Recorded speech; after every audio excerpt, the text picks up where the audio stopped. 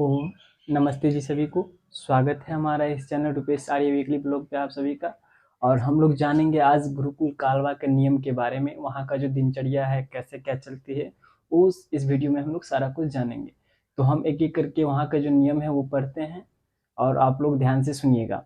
तो वहाँ का जो नियम है, वहाँ का जो पोस्टर है, वहाँ पे सबसे पहले लाइन जो लिखी हुई है वो ये लिखी हुई है कि वहाँ पे ये लिखा हुआ कि आप आए हमें खुशी हुई, कृपया एक बार गुरुकुल के नियम पढ़े। वहाँ जब आप गुरुकुल जाएंगे तो वहाँ पे ये नियम, आपका जो ये पोस्टर है वहाँ दिख जाएगा आपको मिलने मिलने को।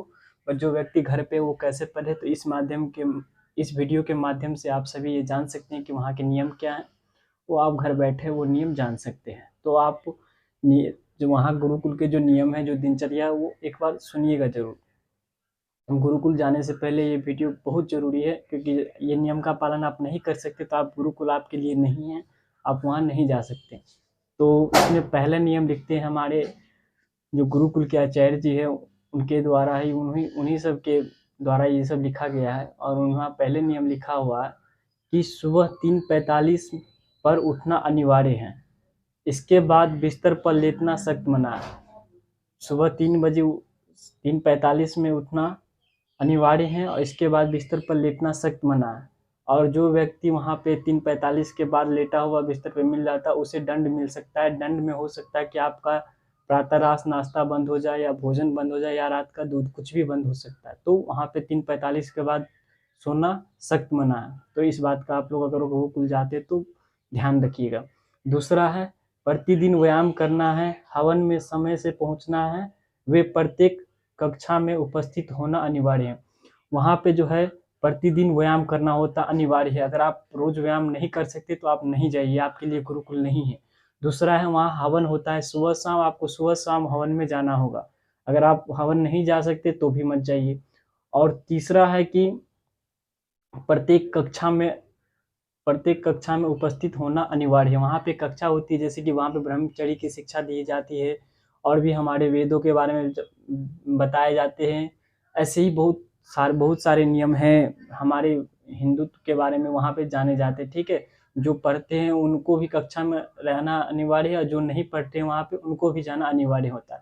तो आप लोग को हर एक कक्षा, जितनी भी कक्षा वहाँ लगती है, वहाँ पे आना अनिवार्य है। ठीक है, इसके बाद तीसरा नियम लिखते हैं, प्रत्येक घंटी में 5 मिनट के अंदर उपस्थित होना अनिवार्य है, बिना अनुमति के गुरुकुल से बाहर जाना सख्त मना है।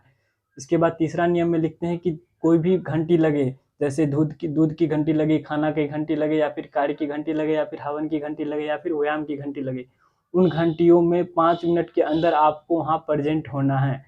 ठीक है, अगर 5 मिनट से लेट जाते हैं तो आपका खाना हो सकता है बंद हो जाए, या फिर आप व्यायाम में लेट से पहुंचे तो हो सकता है कि आपका रात का दूध बंद हो जाए। ऐसे वहाँ पे दंड मिलते हैं अगर आप वहाँ के नियम के पालन नहीं किए। इसके बाद लिखते हैं कि अगर आप गुरुकुल से बाहर जाते हैं तो बिना अनुमति के आप गुरुकुल के बाहर नहीं जा सकते। अगर आपका कोई कार्य है, मार्केट से रिलेटेड कोई कार्य है, तो आप वहाँ जाइए और वहाँ वहाँ के जो आचार्य जी हैं उनको बताइए कि ये समस्या और मुझे ये इस कार्य के लिए बाहर जाना, तो आपको वहाँ पे अलाउ कर देंगे जाने के लिए। तो बिना अनुमति के नहीं जाना है, हमेशा पूछ के जाना है जब भी आप गुरुकुल जाए तो। ठीक है, इसके बाद चौथा नियम है, फोन का प्रयोग दोपहर में 1 से ढाई तक ही करने की अनुमति है, अन्यथा आपका फोन छीन लिया जाएगा।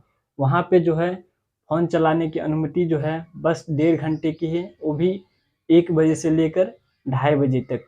ठीक है, इसके अलावा आपका फ़ोन जमा हो सकता है या फिर आप रख लीजिए। इसके बाद अगर आप फ़ोन चलाते हुए मिल जाते तो आपका फ़ोन जो है वो जब्त हो जाएगा, जमा कर लिया जाएगा, और जब आप घर जाएंगे जब फिर आपको वापस कर दिया जाए। तो इस बात का विशेष ध्यान रखिए आप। इसके बाद हमारा 5वां नियम है, प्रतिदिन गौशाला व खेतों में 2 घंटे कार्य करना है, वे कार्य की घंटी में सभी को उपस्थित होना अनिवार्य है। जैसा कि हम लोग पहले भी सुन चुके हैं कि कार्य कोई भी घंटी लगे उसमें 5 मिनट के अंदर प्रेजेंट होना। वैसे यहाँ पे कि हमारा प्रतिदिन कार्य का घंटी भी लगता है, जिस तरह के व्यायाम का, खाना का, हर चीज़ का घंटी, उसी तरह कार्य का भी घंटी लगता है। और उस कार्य में हो सकता है कि किसी को गौशाला में कार्य करने को मिल जाए, किसी को खेतों में मिल जाए, किसी को गुरुकुल की साफ सफाई में लग जाए, तो वहाँ पे 2 घंटे सभी को काम करना अनिवार्य है। ठीक है, इसके बाद हमारा जो है छठा नियम है, किसी दूसरे का सामान जैसे चप्पल, बर्तन आदि बिना अनुमति के प्रयोग करना सख्त मना। अगर आप जैसे कि सभी ब्रह्मचारी एक साथ रहते हैं वहाँ पे, तो आप किसी का चप्पल या फिर चम्मच, थाली, कुछ भी अगर किसी का जो सामान है वो बिना अनुमति, उससे बिना पूछे आप नहीं ले सकते हैं। अगर बिना पूछे ले लेते हैं और आचार्य जी को पता चल जाएगा तो हो सकता है कि आपको गुरुकुल से भी निकाल दिया जाएगा। तो इस बात पे विशेष ध्यान रखें आप लोग, ठीक है। इसके बाद है सातवां नियम है कि आपस में किसी भी प्रकार का लड़ाई झगड़ा करना या मजाक करना वे एक दूसरे को स्पर्श करना सख्त मना है। वहाँ पे गुरुकुल के एक ये भी नियम है कि आपस में आप किसी भी प्रकार का लड़ाई नहीं कर सकते। इसके बाद है आप मजाक नहीं कर सकते। इसके बाद है किसी को छूना नहीं है। गुरुकुल में अगर आप खेल कूद रहे हैं तब तक तो ठीक है, खेल के अलावा ऐसे आपस में आप छू नहीं सकते किसी को, ठीक है।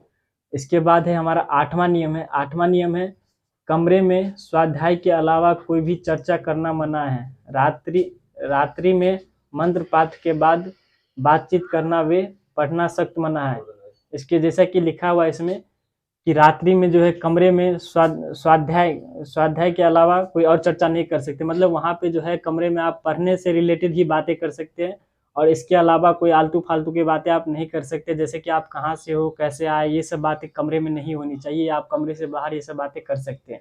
इसके बाद इसमें लिखा गया है कि रात्रि में मंत्र पाठ के बाद बातचीत करना सख्त मना है। मंत्र पाठ के बाद आपको सीधा सोना होता है। दूध मिलने के बाद मंत्र पाठ होता है और मंत्र पाठ के बाद आपको डायरेक्ट अपना बिस्तर पकड़ लेना होता है, वहाँ पे सोना होता है, ठीक है। और इसमें ये है यहाँ तक के नियम। इसके बाद हमारा लास्ट और आखिरी नियम है, जब तक आप, हमारे आचार्य जी कहते हैं, जब तक आप खुश हैं तब तक गुरुकुल में रहे, वे जब तक हम खुश हैं तब तक गुरुकुल में रहें। मतलब कह रहे हैं, वो कह रहे हैं, गुरुकुल के आचार्य जी कह रहे हैं कि जब तक आप खुश हैं तब तक गुरुकुल में रहे, वे जब तक हम खुश हैं तब तक गुरुकुल में रहें, ठीक है। तब तक रहें आप, जब तक आप खुश है गुरुकुल में रहिए, और आपसे जब तक आचार्य जी खुश है तब तक गुरुकुल रहेंगे, ये इनका कहने का तात्पर्य है। तो ये है हमारे गुरुकुल के नियम। और आप लोग गुरुकुल जाने से पहले हमारा डिस्क्रिप्शन में नंबर है, और आपको अगर कोई समस्या आती है तो आप हमें व्हाट्सएप पे मैसेज कर सकते हैं, ठीक है। आपको गुरुकुल निसंदेह होकर के हम वहाँ तक का रास्ता आपको बता देंगे, आप आराम से पहुँच जाएंगे। और ये जो नियम है, आप इनका इन नियमों का पालन कर सकते हैं तो आप अवश्य गुरुकुल जाए, अन्यथा आप गुरुकुल ना जाए। गुरुकुल आपके लिए नहीं बना है। आपको अगर आपके धर्म में, आपके हिंदुत्व में, आप वेद आदि में अगर इंटरेस्ट रखते हैं तो आप गुरुकुल अवश्य जाए, अन्यथा आप ना जाए। क्योंकि ये नियम जो है बहुत ही सख्त है, क्योंकि नियमों का जो एक दिन भी पालन नहीं करता उन्हें दंड झेलना पड़ता है। तो इस बात का आप विशेष ध्यान रखें। अगर आप इन नियमों का पालन कर सकते हैं तो आप जरूर जाए। तो इस चीज़ को हम लोग ध्यान में रखते हुए, अब वीडियो बहुत लंबी हो गई, तो धन्यवाद आप सभी का।